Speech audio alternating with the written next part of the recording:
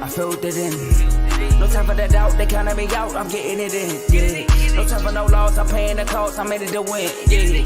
Diffuse, mine, it can't be diffused. If you ain't thinking the same, then we playing by different rules.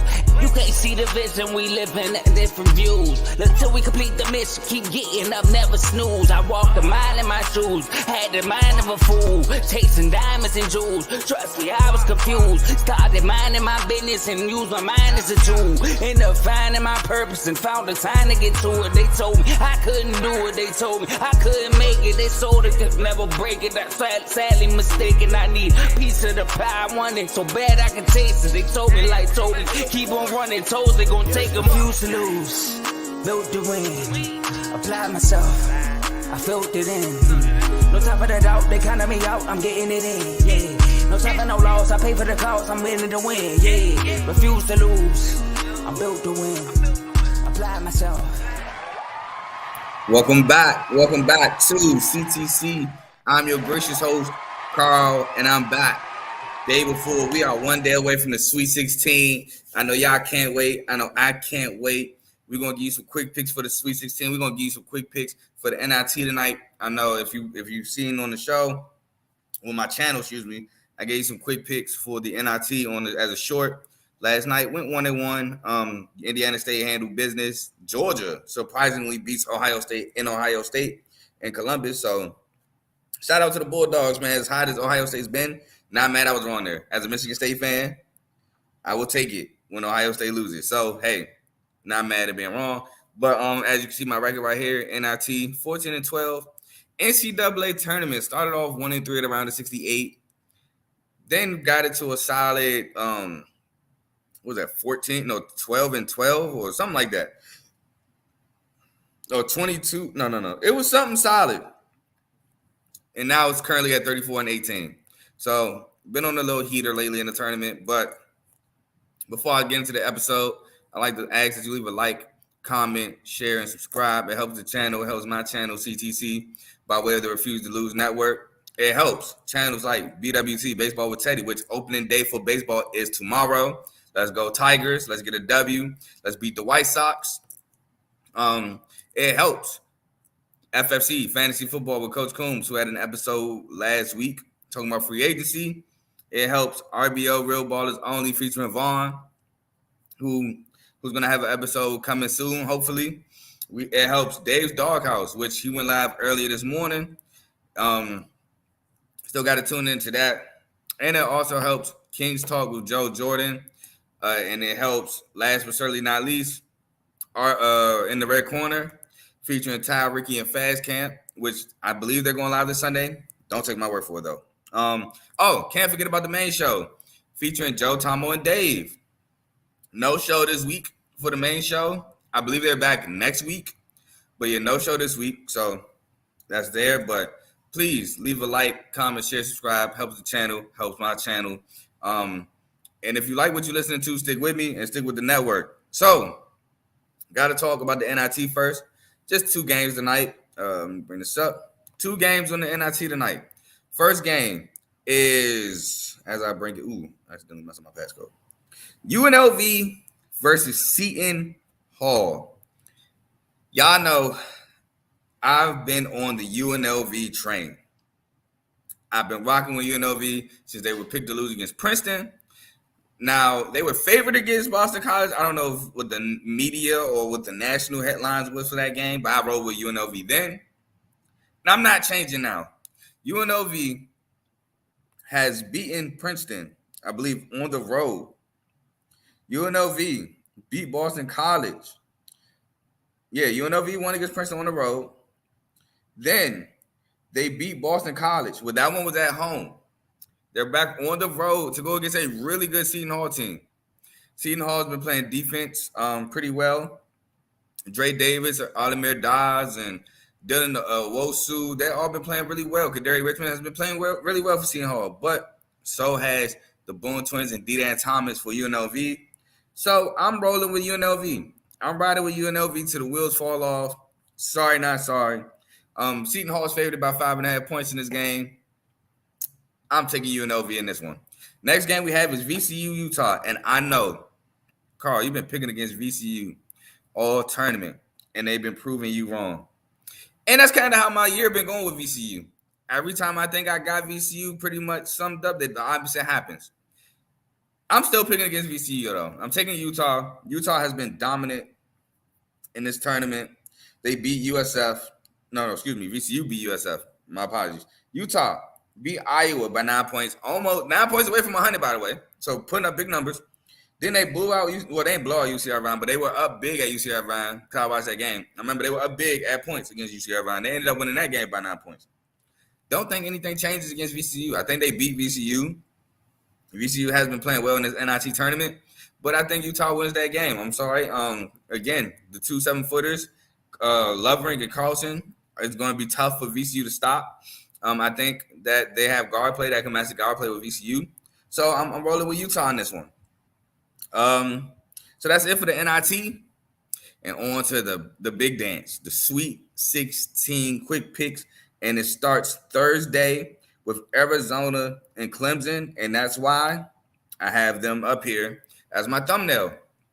First game to kick off the Sweet 16 tomorrow, 7 o'clock on CBS. I'm rolling with Arizona. Now, my bracket, I had this at the upset spot for Baylor to upset Arizona. And although Clemson has been playing really well defensively, Clemson has guards to score as well. I don't know if Clemson can beat Arizona. I just don't know. I think Arizona, Caleb Love is really well. Keyshawn Johnson is going to be a problem for them to stop. Omar Bello, they got 2 7-footers for Bello, but he's a presence down low defensively. Now, for the Clemson side, again, you got PJ Hall, who's been playing really well. You got Joe Girard, who we know is built for the tournament. You got Chase Hunter, who's been playing really well. I think he came up clutch against Baylor. You got Ian Shefflin, who's going to do the dirty work. It's going to be a tough battle, which is why I know some of my gambling steps don't hit, but I'm going to still throw them out there. I'm taking the plus 7.5 for Clemson, but I think Arizona wins the game overall. Next game, the NCAA Championship rematch. Thursday, 7:39 on TBS or True TV.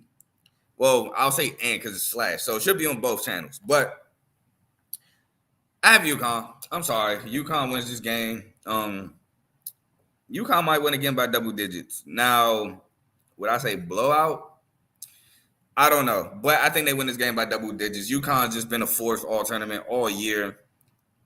San Diego State gets really stagnant offensively. Think that hurts them against UConn. I'm taking UConn. In this one, next game we have Alabama versus North Carolina. Nate Oates, Hubert Davis.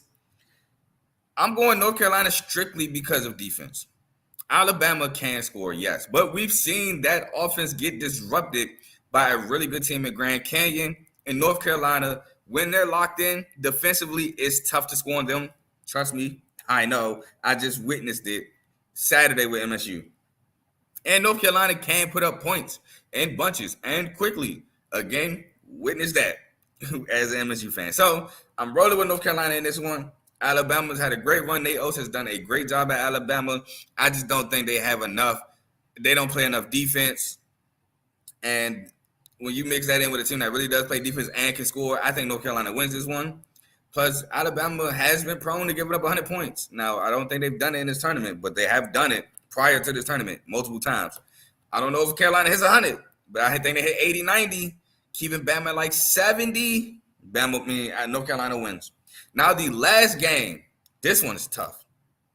You got one of the hottest guards in the country in Terrence Shannon for Illinois versus one of the best defensive teams in the country in Iowa State. That game is Thursday. We'll just say 10. We'll say around like 10:15 because it's 10:09-ish, but we already know the guy get the team 30 minutes to warm up, blah, blah, blah. 10:09, 10:30-ish, TBS, True TV. I'm rolling with defense. I'm rolling with Iowa State. Here's why. We've seen Iowa State completely dismantle Houston. Now, the first time they did it, Houston clawed their way back in the game. Iowa State still won it, and that was at Iowa State. Because I know you might be saying, Carl, Houston beat Iowa State. That was the second game in Houston. First game at Iowa State in Ames. Oh, Houston came off sluggish. It got rocky for Houston early. Then we fast forward to the tiebreaker in the Big 12 championship, and Iowa State just dismantles Houston. Houston is a really good offensive defensive team. Illinois is a really good offensive team. Defensively, leaves a lot to be desired. Iowa State plays defense so well that it creates offense for them, and I think Iowa State beats Illinois. Terrence Shannon, again, has been hot. Marcus Domask has been huge. I don't think they faced a defense like this yet. And for that reason, I'm taking Iowa State. Now we move on to Friday. First game. You know what? I'll make a banner for that. Hold on. Give me 1 second. It don't take long. But first game for Friday, we got Marquette at Cinderella. By the way, they say this tournament, I have to speak on this real quick. A lot of people are saying, oh, this tournament's trash. We haven't seen that many upsets. What are we talking about? We have an 11 seed in the Sweet 16. What are we talking about? We got a 6 seed in the Sweet 16. To get those two teams there, you have to have an upset. Like, what are we talking? We've witnessed, 11 seed beat a 6 seed in Duquesne. We obviously witnessed a 11 seed beat a 6 seed for NC State to be here. We witnessed a 14 seed beat a 3 seed in Oakland and Kentucky. What are we talking about? What are we talking about exactly? We witnessed a 12 seed. We witnessed 2 12 seeds beat 2 5 seeds in JMU and Grand Canyon. Now, they couldn't get it done in the next round against 4 seeds. Grand Canyon came kind of close, just got stagnant on offense. But we've witnessed upsets. I don't know what people are talking about. I don't know. People just finding ways to. I think people just finding reasons to complain. We witnessed 2 11 seeds on day one beat 2 6 seeds. Those sounds like upsets to me. Then we witnessed another 11 seed. NC State beat another 6 seed. So that's 3 11 seeds who won. And one's in the Sweet 16. What are we talking about? Then we witnessed the 14 seed, right? Oakland beats Kentucky. We witnessed that. We then witnessed I'm trying to go down the first day. Yale, 13 seed, beats Auburn. Upset. 10 seed, Colorado beats Florida. Technically an upset. Okay, you want to dig deeper. 9 seed, Michigan State beats Mississippi State. Technically an upset. 9 seed, Texas A&M beats Nebraska. Technically an upset. We watched Texas A&M take Houston to the wire. 2 overtime when that game should have been over. Not an upset, but that was a really good game. So we witnessed a bunch of upsets. We witnessed, I think only 1 6 seed beating the 11 seed. Yes, the 11 seeds went 3-1 against the 6 seeds. 12 seeds, I believe went 2-2 with San Diego State beating their 12 seed. And Gonzaga beating their 12 seed. So 12 seeds went 2-2 against 5 seeds. Yes, we only got 1 4 seed that beat the 13th seed. 13 seed that beat the 4th seed. Excuse me. We only got 1 of those upsets. But then we get the 1 upset with a 14 over a 3. No, we didn't get no 2 over no 15s. Okay, cool. That's not bound to happen every year though. So let's not get greedy. But what are we talking? We got upsets. I don't get it. Northwestern 9 seed over an 8 seed FAU. I don't get it. I really don't, man. I think people are just trying to find something to complain about. This has been a really extraordinary tournament, in my opinion. People are just lying. Flat out. People are just lying. Talking about we ain't got enough upsets. You're lying. We had a 14-11 seed, 32-round game. What are we talking about here? An 11 seed should have beat Creighton. Oregon should have beat Creighton. Dayton. Dante has to hit that free throw. They just ran out of gas. Point blank period. But I know I just went on a 4-minute tangent about how people have been complaining about the tournament, but I just didn't like that narrative. It was just stupid in my opinion. But we move on to Friday. First game Friday, we have NC State Marquette again. Which I know I went on my tangent, so I got to remind people. I have Marquette. Shaka finally got out the first weekend of the tournament since the 1 run being the final 4 run for VCU. I don't know if he'll make a final 4, but I will say he does beat NC State. NC State has been hot, but DJ Burns has been a really big factor in that, and I think Marquette can kind of neutralize them. I am interested to see also Iguodala and DJ Burns go at it. Marquette is Tyler Kolek. It's really Tyler Kolek. The way he runs their offense, the way he can score past the rock, he's tough to stop. And then you mix it in with a bucket like Cam Jones, If you get him going, it's tough. I just don't see NC State having enough firepower to keep up with Marquette. I'm going to roll with Marquette. Gonzaga, Purdue. And the battle of teams, I don't trust. Fortunately for them, one of them have to make the Elite Eight.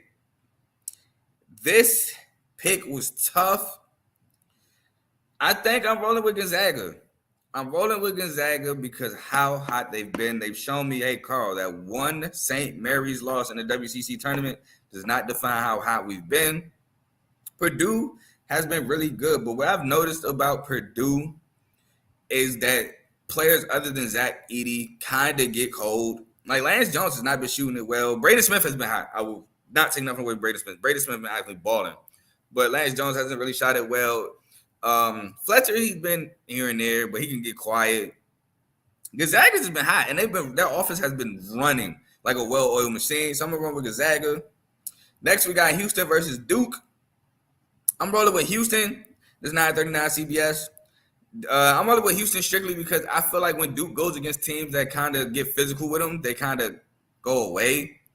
And Houston's going to get physical. They're going to play lockdown defense, and I think Duke is going to struggle against that. I'm going to roll with Houston in that. Last game, Creighton in Tennessee. Tennessee narrowly escaped Texas. Creighton narrowly escaped Oregon. I get the final score with a double-digit win. But to get to that point, they narrowly escaped. I'm rolling with Tennessee. I'm rolling with Rick Barnes. I'm rolling with Dalton Nitch, who's going to be the best player on the floor. Zakai Ziegler, who's going to have that offense rolling. Vescovi's going to have his shots. Tennessee's going to have to play that great defense that they're known to play. Creighton is going to be susceptible to giving up points. Jonas Adu is going to have his hands tied with Ryan Coburn, but I think he can probably get physical with them. Overall, I think Tennessee's defense is going to be key in this Creighton matchup, and it's going to give Creighton problems. So I'm going to roll with Tennessee over Creighton. Now, that's it for my quick picks. I'll get more in depth when Final Four comes around. So Saturday will be Elite Eight. Use some quick picks for Saturday's Elite Eight, Sunday's Elite Eight. NIT champion Final Four might be around that time, so that might be thrown in there. But that's all I got for y'all today. I'm about to get back to the CBI championship. It was getting close it's now tied. So Seattle was up 27-12 at one point. High Point has fought their way back to tie at 46-46 with 10:22 left in the second half. I'm gonna get back to that. Watch the end of that. It should be great. We also have the CIT championship tonight featuring Purdue Fort Wayne and Norfolk State. So that should be interesting. We got some college basketball tonight, man. The only day we didn't have men's college basketball was Monday. And you had women's, or you had you had NBA. So we back. We are back. Enjoy these last couple of weeks of college basketball. The season is almost over. In my opinion, what a great season we had. I know people, they want to see teams be dominant. Oh, this season, college basketball is not the same. There's not that one team that's dominating. Why would you want to see that? That's not fun to watch. It's not fun to watch one team just dominate the entire year like, oh, they're going to win it. I want parity with my sports. I want to be like, I don't know who's going to win. You got a couple good teams. You can pick from here. You can pick from here. They might win it. They might win it. I like that. I don't like the old traditional Duke's just running through everybody. I think Duke's going to win it. They're just too tough. They just can't beat them. They're too good. They blow everybody out. Or North Carolina, they're too good. Blah, blah, blah. No, that's boring. That is boring. You can take that thought process and shove it, bro. Like, I'm not trying to watch that. But for some people, for some reason, people want that. I don't understand it. Will never understand it. Like I said, I like parody. So it is what it is. But until Friday, maybe Saturday morning at 6 a.m, I'm gone. Peace.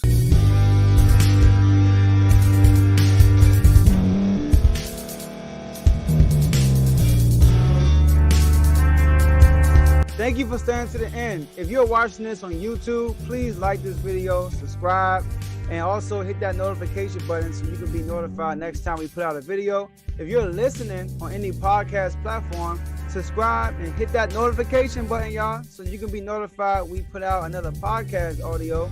And last but not least, hit that share button. No matter what you're listening to or watching it, hit that share button and send it to somebody that you know that would love to watch this episode you just listened to. So once again, thank you for staying to the end, and we'll see y'all at the next episode.